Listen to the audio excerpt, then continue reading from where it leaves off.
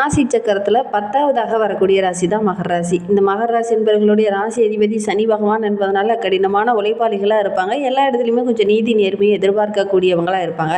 இவங்களுக்கு வருகின்ற நாட்கள் எப்படி இருக்குது, வருகின்ற நாட்களுடைய கிரக அமைப்புகள் எப்படி இருக்குது, எந்தெந்த விஷயம்லாம் உங்களுக்கு சாதகமாக இருக்க போது, எந்தெந்த விஷயம்லாம் உங்களுக்கு பாதகமாக இருக்க போகுது அப்படிங்கிறத தொடர்ந்து பார்க்கலாம். மகர ராசி அப்படின்னாவே புது முயற்சி உடையவங்க அப்படின்னு சொல்லலாம். எவ்வளோ கஷ்டம் வந்தாலும் எவ்வளோ பிரச்சனை வந்தாலும் அடுத்த நொடியை பார்த்தீங்கன்னா அடுத்து நம்ம என்ன செஞ்ச டெவலப் ஆக முடியும் அப்படிங்கிற மாதிரி தான் யோசிப்பாங்க இந்த மகர ராசி என்பர்கள் அப்படின்னே சொல்லலாம். தோல்வியை பார்த்தோ ஒரு கஷ்டத்தை பார்த்தோ பயந்துட மாட்டாங்க. அதை எப்படி கடந்து போகணும் அப்படிங்கிற மாதிரி தான் இவங்க முயற்சி உடையவங்களாக இருப்பாங்க. எந்த ஒரு விஷயத்துக்கும் பெருசாக அழட்டிக்க மாட்டாங்க இந்த மகர ராசி என்பர்கள் அப்படின்னே சொல்லலாம். என்னம்மா இப்படி சொல்கிறீங்க, நாங்களே ஒரு குடும்பம் அப்படின்னு வந்துட்டிங்கன்னா ரொம்ப பதறக்கூடியவங்களாக இருப்பாங்க இந்த மகர ராசி என்பர்கள் தான் நாங்கள் கேள்விப்பட்டிருக்கோம் அப்படின்னா, குடும்ப விஷயத்தில் சென்டிமெண்ட் பார்க்கக்கூடியவங்களாக தான் இருப்பாங்க. ஏன்னா குடும்ப ராசியான சூரியன், சந்திரன், செவ்வாய் இவங்க 3 பேரும் இவங்களுடைய ராசியில் நட்சத்திரமாக வந்து இருக்கிறதுனால பெரும்பாலும் இவங்க குடும்பம் அப்படின்னாவே கொஞ்சம் பதறுவாங்க. ஆனாலும் தொழிலில் வியாபாரத்தில் இந்த மாதிரி விஷயங்கள்லாம் இறங்கிட்டோம் அப்படின்னா மகர ராசி என்பர்கள் நல்ல ஒரு முயற்சி உடையவங்க, புதிய சிந்தனையாளர்கள், டிஃப்ரெண்ட்டாக யோசிக்கக்கூடியவங்க அப்படின்னு சொல்லலாம். எல்லாரும் போகிற மாதிரி போக மாட்டாங்க. இவங்களுடைய வழி தனி வழியாக தான் இருக்கும். அந்த மாதிரி தான் யோசிப்பாங்க அப்படின்னே சொல்லலாம். சரி, இவங்களுக்கு வருகின்ற நாட்கள் எப்படி இருக்குது, வருகின்ற நாட்களுடைய கிரக அமைப்புகள் எப்படி இருக்குது அப்படிங்கிறத தொடர்ந்து பார்க்கலாம்.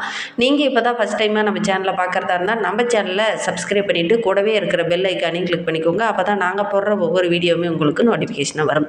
நீங்கள் மகர ராசி அன்பராக இருந்தால் மறக்காமல் நம்மளுடைய சேனலுக்கு ஒரு லைக் கொடுத்துட்டு உங்களுடைய உறவுகள் வகையில், நண்பர்கள் வகையில் யாராவது மகர ராசி அன்பர்கள் இருக்காங்க அப்படின்னா மறக்காமல் இந்த வீடியோவை அவங்களுக்கும் ஷேர் பண்ணிவிடுங்க. மகர ராசியில் நீங்கள் எந்த நட்சத்திரத்தில் பிறந்தீங்க, உங்களுடைய இஷ்ட தெய்வ பெயர் என்ன, உங்களுடைய குலதெய்வ பெயர் என்ன அப்படிங்கிறத மறக்காமல் எங்களுடைய கமெண்ட் பாக்ஸில் தெரிவிங்க. உங்களுக்கு ஜோதிட ரீதியாக ஏதாவது சந்தேகம் இருக்குது, ஜோதிடர்கிட்ட ஏதாவது ஆலோசனை வேணும் அப்படின்னா டிஸ்கிரிப்ஷனில் ஜோதிடரோட வாட்ஸ்அப் நம்பர் கொடுக்கப்பட்டிருக்கு. அந்த நம்பருக்கு கால் பண்ணி முன்பதிவு செஞ்சுக்கோங்க. உங்களுடைய சந்தேகங்களுக்கு நல்ல ஒரு தீர்வு கிடைக்கும். இந்த மகர ராசி என்பவர்களை பொறுத்தவரையிலும் வருகின்ற நாட்கள் அப்படிங்கிறது நல்ல ஒரு தன்னம்பிக்கை அதிகரிக்கக்கூடிய நாட்கள் அமைந்திருக்கு. ஏன்னா ஒரு முக்கியமான முடிவுகளை எடுக்கும்போது கொஞ்சம் தடுமாறுவீங்க இல்லையா, அப்போ அந்த இடத்துல இந்த காலகட்டத்தில் தடுமாறாமல் தைரியமாக முடிவெடுப்பீங்க. இந்த காலகட்டம் அப்படிங்கிறது நம்மளுடைய மகர ராசி என்பவர்களுக்கு ஒரு வரப்பிரசாதம் அப்படின்னே சொல்லலாம், ஒரு பொன்னான காலம் அப்படின்னு சொல்லலாம். பெரும்பாலான கிரகங்கள் உங்களுக்கு ரொம்ப சாதகமாக இருக்குது. குடும்பத்தில் பழைய மாதிரி அந்த அமைதி நிலை திரும்பும். பொருளாதாரத்தில் நல்ல ஒரு மேன்மை எதிர்பார்க்கலாம். உங்களுடைய சொல்ல கேட்டு உங்களுடைய குடும்ப உறவுகள் நடப்பாங்க. அது உங்களுக்கு ரொம்ப மகிழ்ச்சியாக இருக்கும். அடுத்த லெவலை நோக்கி நீங்களும் பயணிப்பீங்க. அது ஓரளவுக்கு சிறப்பாக இருக்கும் அப்படின்னு சொல்லலாம். ஒரு சிலருக்கு ஆன்மீக சம்மந்தமான விஷயத்தில் கொஞ்சம் ஈடுபாடு கொஞ்சம் அதிகரிக்கும் அப்படின்னு சொல்லலாம். உடல் அளவிலையும் மனதளவிலையும் ரொம்ப தைரியமானவங்களாக நல்ல ஒரு முன்னேற்றம் உடையவங்களாக இந்த காலகட்டத்தில் வர போகிறீங்க. உங்களுடைய செயல்பாடுகள் எல்லாமே ரொம்ப பாராட்டுக்குரியதாக இருக்கும். உங்களுடைய சிந்தனைகள் எல்லாமே ரொம்ப பாராட்டுக்குரியதாக தான் இந்த காலகட்டத்தில் இந்த மகர ராசி என்பவர்களுக்கு அமையும் அப்படின்னு சொல்லலாம். சக மனிதர்கள் மத்தியில் பார்க்கும்போது உங்களுடைய செயல்பாடுகள் கொஞ்சம் டிஃப்ரெண்ட்டாக இருக்கும், ஏற்றுக்கிற மாதிரி இருக்கும், எல்லாரும் விரும்புகிற மாதிரி இருக்கும். அந்த மாதிரி கருத்துக்கள் இந்த காலகட்டத்தில் உங்களுக்கு கிடைக்கும் அப்படின்னு சொல்லலாம். குடும்பத்தில் நல்ல ஒரு மகிழ்ச்சியான சூழல் இருக்கும். அதே மாதிரி குடும்ப உறவுகளும் உங்களை புரிஞ்சுக்கிட்டு இந்த காலகட்டத்தில் நடப்பாங்க. எதையுமே இந்த காலகட்டத்தில் ஒரு உத்வேகத்தோடு சாதிக்கணுங்கிற ஒரு எண்ணத்தோடு இறங்குவீங்க. ஓரளவுக்கு சாதகமான பலன் உங்களுக்கு கிடைக்கும் அப்படின்னு சொல்லலாம். பெரிய பெரிய பிரமுகர்களோட பெரிய பெரிய விஐபிகளுடைய அறிமுகம் கிடைக்கும். அதனால் நல்ல ஒரு மேன்மையை எதிர்பார்க்கலாம் அப்படின்னு சொல்லலாம். உற்றார் உறவினர்கள் மத்தியில் நல்ல ஒரு பாராட்டுக்குரிய நபராக நீங்கள் வருகின்ற நாட்களில் வளருவீங்க. வீடு வண்டி வாகனம் தொடர்பாக ஒரு சில சாதகமான பலன்கள் கிடைக்கும் அப்படின்னு சொல்லலாம். உடல் நலத்தில் இருந்த அந்த பிரச்சனைகள் எல்லாமே சீராகும். வண்டி வாகனங்கள் மூலிமா ஏதாவது ஒரு சாதகமான பலன் கிடைக்கும். குடும்ப விவகாரங்களில் அடுத்தவங்களுடைய தலையீடு கொஞ்சம் இல்லாமல் பார்த்துக்கிறது நல்லது. தேவையில்லாமல் வெளிநபர்கள் குடும்ப உறவுகளுக்கு மத்தியில் வரும்போது ஒரு சில இன்னல்கள், பிரச்சனைகள் இந்த காலகட்டத்தில் வரத்துக்கான ஒரு சூழ்நிலை இருக்குது. அதனால் வெளிநபர்கள் உள்ள வீட்டுக்குள்ளே குடும்ப உறவுகளுக்குள்ளே வராமல் நீங்கள் பார்த்துக்கிட்டீங்க அப்படின்னாவே ஓரளவுக்கு சாதகமான பலன் இந்த காலகட்டத்தில் நீங்கள் எதிர்பார்க்கலாம் அப்படின்னு சொல்லலாம். அடுத்தவங்க உதவுவாங்க, அடுத்தவங்க நமக்கு ஹெல்ப் பண்ணுவாங்க அப்படின்னு நீங்கள் போய் நின்னீங்கன்னா ஒரு சில இடத்துல உங்களுக்கு இன்னல்கள் தான் அதிகமாக வரும். அதனால் உங்களை நம்புங்க. உங்களுடைய தன்னம்பிக்கை, உங்களுடைய தைரியம் இதுதான் இந்த காலகட்டத்தில் உங்களுக்கு பக்கபலமாக இருக்கும். இதை இந்த காலகட்டத்தில் உணர்வீங்க. நம்ம தான் நமக்கு எல்லா இடத்துலையுமே அப்படிங்கிற மாதிரி உணர்வீங்க. அந்த உணரக்கூடிய தருணம் தான் இந்த ஏப்ரல் மாதமாக உங்களுக்கு அமைந்திருக்கு அப்படின்னு சொல்லலாம். கணவன் மனைவிக்கிடையே சின்ன சின்ன வாக்குவாதம், பிரச்சனை, மன மன வருத்தம் இதெல்லாம் இருந்தது இல்லையா, அதெல்லாம் நல்ல ஒரு புரிதல் உணர்வு உள்ள ஒரு நாட்களாக வருகின்ற நாட்கள் அமைய போகுது. வெளியில் கடன் கொடுக்கறத கொஞ்சம் அவாய்ட் பண்ணிக்கோங்க. கடன் வாங்குறதையுமே கொஞ்சம் அவாய்ட் பண்ணிக்கோங்க.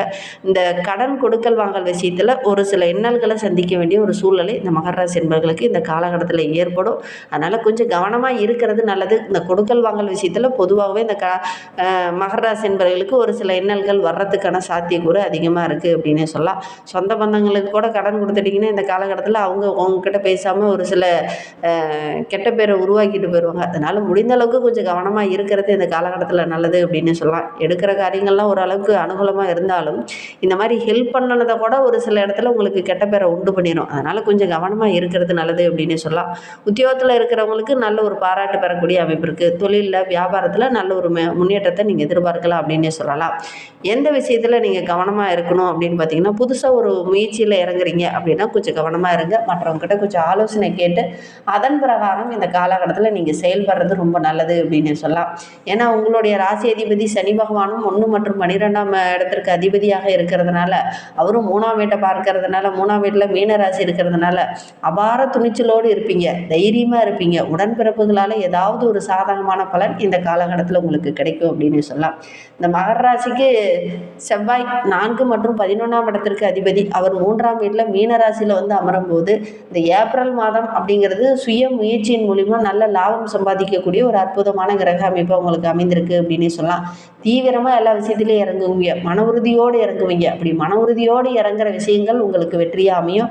அண்டைய எல்லாரை நம்பி உறவுகளை நம்பி ஏதாவது ஒரு இடத்துல போய் நின்னீங்க அப்படின்னா சின்ன சின்ன வாக்குவாதம், பிரச்சனை, சண்டை சச்சரவு இதெல்லாம் சந்திக்க வேண்டிய ஒரு சூழ்நிலை ஏற்படும். ஏன்னா 3ஆம் இடம் அப்படிங்கிறது சின்ன சின்ன பிரச்சனைகள், வாக்குவாதங்கள் வர்றதுக்கான ஒரு சூழ்நிலை இருக்குது. அதனால் உங்களுடைய சுய முயற்சி, உங்களுடைய கடின உழைப்பை போட்டிங்க அப்படின்னா எடுக்கிற காரியங்கள் உங்களுக்கு வெற்றியாக அமையும். நம்மளுடைய மகர ராசி என்பவர்களுக்கு புதன் 6ஆம் மற்றும் 9ஆம் வீட்டுக்கு அதிபதி, அவர் 3ஆம் வீட்டில் நீச்சம் பெற்று அமர்ந்திருக்கிறார்.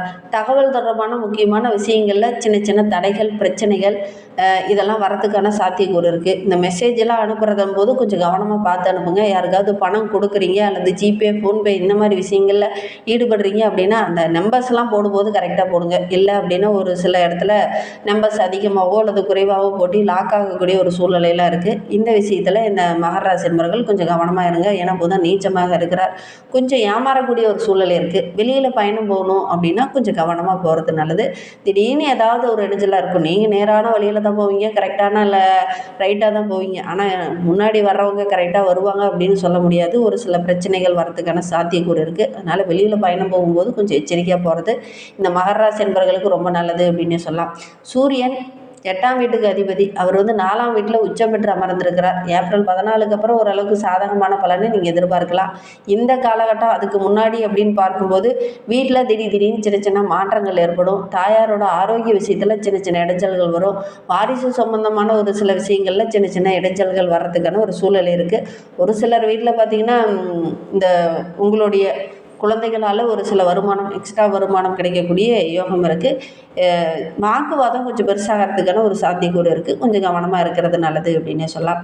நம்மளுடைய மகர ராசிக்கு சுக்கிரன் 5 மற்றும் 10ஆம் இடத்திற்கு அதிபதி, யோகக்காரகன் 5 மற்றும் 10ஆம் வீட்டுக்கு அதிபதியாக இருக்கிறது ரொம்ப ஒரு சிறப்பு அப்படின்னே சொல்லலாம். 5ஆம் வீட்டில் தற்போது ஆட்சியாக அமரும் போது நல்ல ஒரு சாதகமான பலனை நம்மளுடைய மகர ராசி என்பவர்கள் எதிர்பார்க்கலாம். குறிப்பாக ஏப்ரல் 19லேருந்தே நல்ல ஒரு முன்னேற்றத்தை நீங்கள் எதிர்பார்க்கலாம். வேலையில் ஒரு சிலருக்கு பதவி உயர்வு, ஊதிய உயர்வு, உங்களுடைய உழைப்புக்கேற்ற ஒரு உரிய அங்கீகாரம் இதெல்லாம் கிடைக்கக்கூடிய யோகம் இருக்குது. உயர் அதிகாரிகளால் ஏதாவது ஒரு பாராட்டோ அல்லது அவங்க மூலிமா ஒரு சில சாதகமான பலனும் இந்த காலகட்டத்தில் கிடைக்கும். குழந்தைகள் மூலிமா ஏதாவது மகிழ்ச்சி தர மாதிரி ஒரு விஷயம் நடக்கும். காதலிச்சிட்டு இருக்கீங்க அப்படின்னா காதலியவே கரம் பிடிக்கக்கூடிய ஒரு யோகம்லாம் இந்த மகர ராசி என்பவர்களுக்கு இந்த காலகட்டத்தில் அமையும். ஏன்னா 5ஆம் இடத்துல சுக்கிரன் இருக்கும்போது ஒரு சில விஷயங்கள் உங்களுக்கு சாதகமாக அமையும் அப்படின்னு சொல்லலாம். ஏன்னா சுக்கிரன் அப்படிங்கிறவர் யோகக்காரகன். அவர் 5ஆம் இடத்துல ஏப்ரல் 19லேருந்து அமரும் போது நல்ல ஒரு முன்னேற்றத்தை நம்மளுடைய மகர ராசி என்பவர்கள் எதிர்பார்க்கலாம் அப்படின்னே சொல்லலாம். இன்னுமே இந்த மாதிரி பயனுள்ள தகவலை நீங்கள் தொடர்ந்து கேட்கணும் அப்படின்னு நினச்சிங்கன்னா நம்ம சேனலை சப்ஸ்கிரைப் பண்ணிவிட்டு கூடவே இருக்கிற பெல் ஐக்கானையும் கிளிக் பண்ணிக்கோங்க. அப்போ தான் நாங்கள் போடுற ஒவ்வொரு வீடியோவுமே உங்களுக்கு நோட்டிஃபிகேஷன் வரும். நீங்கள் மகர ராசி என்பவராக இருந்தால் மறக்காமல் நம்மளுடைய சேனலுக்கு ஒரு லைக் கொடுத்துக்கோங்க. உங்களுடைய உறவுகள் வகையில் யாராவது மகர ராசி என்பர்கள் இருக்காங்க அப்படின்னா மறக்காமல் இந்த வீடியோவை அவங்களுக்கும் ஷேர் பண்ணிவிடுங்க. மகர ராசியில் நீங்கள் எந்த நட்சத்திரத்தில் பிறந்தீங்க அப்படிங்கிறத மறக்காமல் எங்களுடைய கமெண்ட் பாக்ஸில் தெரிவிங்க. இந்த மகர ராசி என்பர்கள் 4ஆம் வீட்டில் தோஷங்கள் கொஞ்சம் குறைந்து இருக்கிறதுனால தாயாருக்கு ஆரோக்கிய ரீதியாக சின்ன சின்ன தொந்தரவுகள் வரதுக்கான ஒரு சூழ்நிலை இருக்குது. தினமுமே சிவ பஞ்சர மந்திரத்தை நீங்கள் சொல்கிறது ரொம்ப நல்லது. அது ஜபிக்கிறதும் நல்லது. சிவபுராணத்தை வாங்கிட்டு வீட்லேயே கூட தினமுமே பாராயணம் செய்யுங்க. நல்ல ஒரு மாற்றத்தை எதிர்பார்க்கலாம். திங்கட்கிழமையில் சிவபெருமானுக்கு ஜல அபிஷேகம் செஞ்சு வழிபடுங்க. நல்ல ஒரு முன்னேற்றத்தை எதிர்பார்க்கலாம். நம்பிக்கையோடு இதெல்லாம் செஞ்சு பாருங்கள். இந்த மாதிரி பயனுள்ள தகவலை நீங்கள் தொடர்ந்து கேட்கணும் அப்படின்னு நினச்சிங்கன்னா நம்ம சேனலை சப்ஸ்கிரைப் பண்ணிக்கோங்க. இந்த வீடியோவை முழுமையாக பார்த்ததற்கு நன்றி. தேங்க்யூ.